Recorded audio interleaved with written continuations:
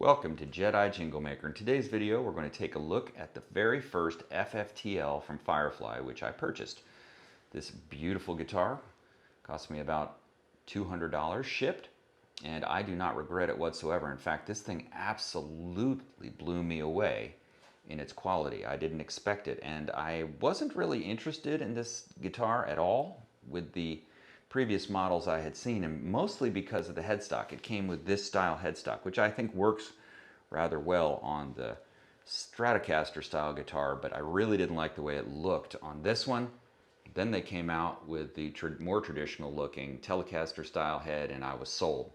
They also have some features on this thing which I'm going to go into, which I think are excellent. I'm going to tell you about the things I like, the things I don't like, and the things that are so-so. So hope you'll check out the full video and also subscribe to the channel where I review lots of guitars, Fireflies, also some more expensive guitars like this Schecter and so on. But this one is definitely not a regret to purchase, and I'd probably buy another one, like I already did buy another one here.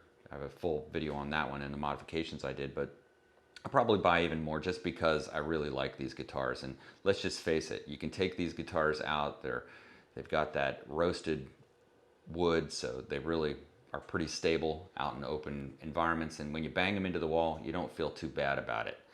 Drop it, it's okay. So really kind of a cool thing to have in guitars.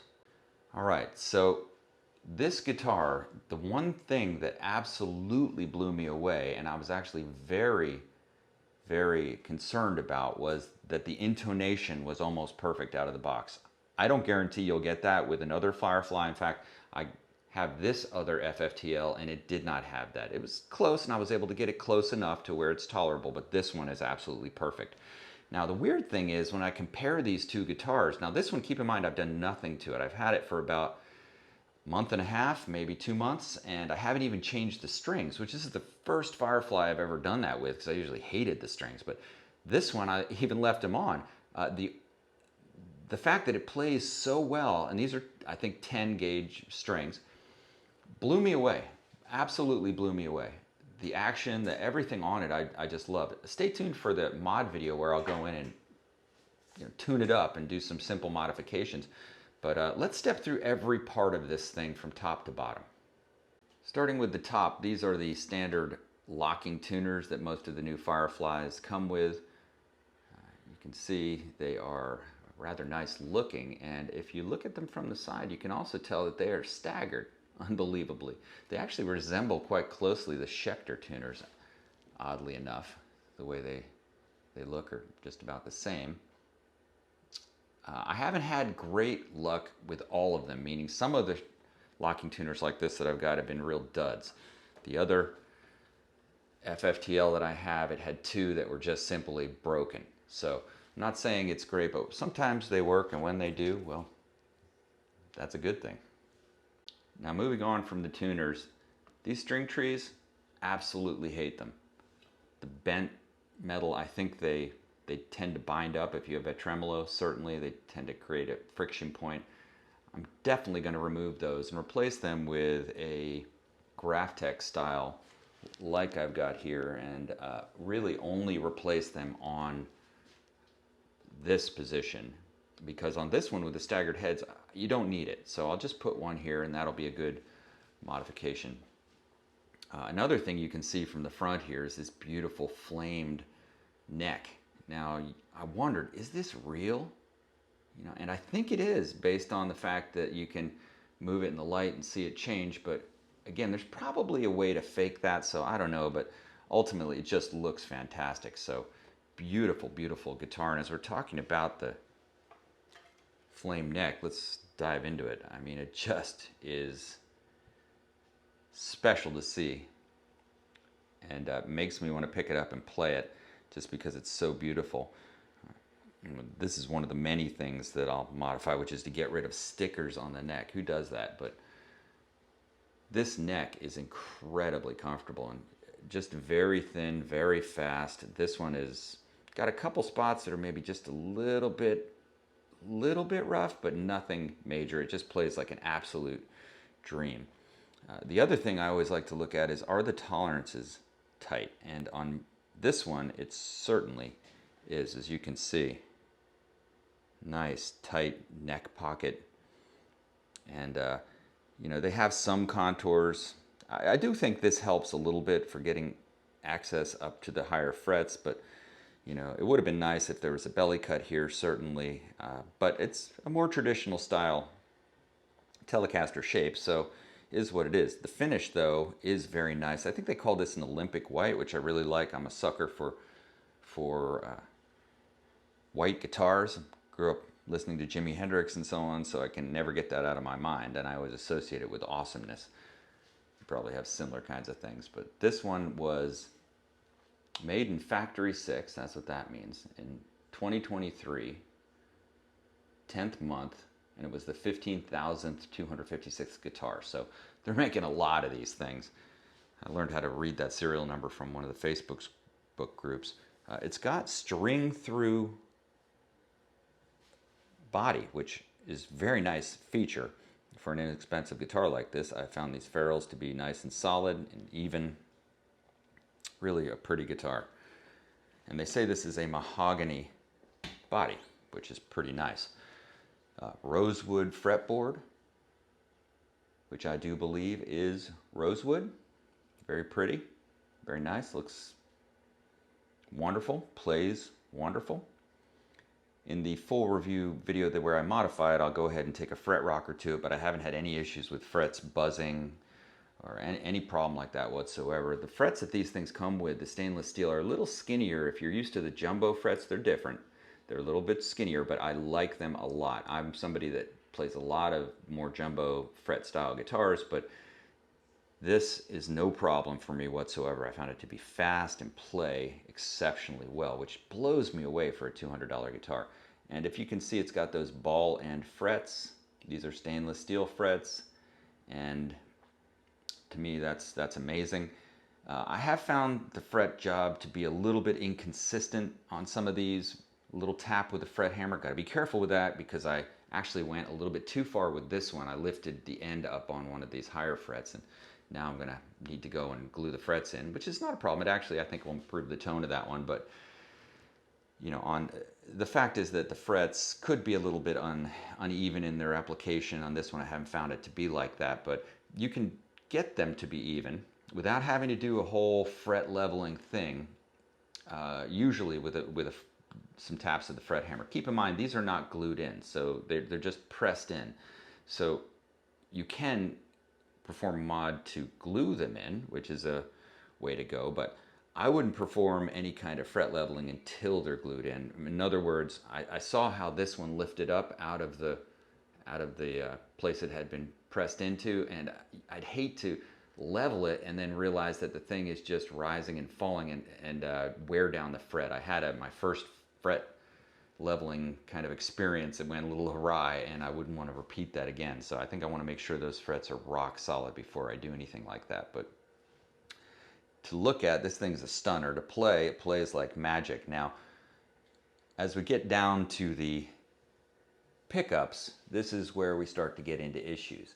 These pickups suck. They're muddy. I don't like them.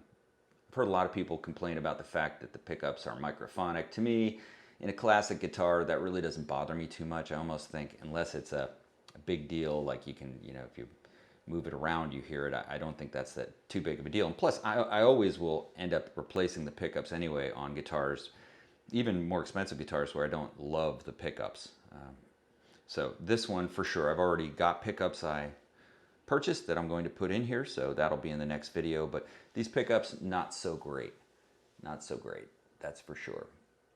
Now this ashtray style bridge I was nervous about because I wasn't sure if I'd be able to intonate it. Really just perfect. Perfect intonation out of the box. Couldn't believe it. It's like, how lucky can you get? And of course, once I experienced that, I just saw this one come out and like, I gotta get it, you know. So there's a full video review of that one and the modifications. So you can go check that out on the channel, but that one wasn't as perfect. Now, I kind of think that this helps the sound, these brass saddles and the way that this bridge is. For some reason, it seems like it helps the sound. On the other pickup, when I took this one apart, they had like a metal piece underneath the bridge pickup, which I think is a Telecaster thing. This one, the pickups sound real good, really good. I like it. On this one, not so good. So I don't know what the difference is, but again, just an opportunity to modify it. I'm wondering if they have shielding in here. I'll go ahead and shield it one way or another. There's some debate as to whether the shielding decreases the tone of these Telecasters.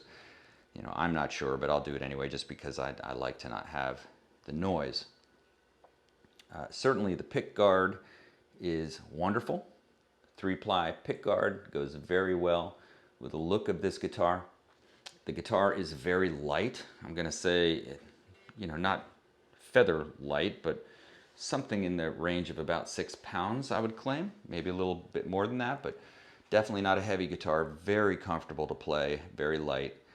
Now, since this has the roasted maple neck, I feel very confident taking it out into the humid environment of Florida and playing it live, so that's something that I'll be doing once I put the new pickups in.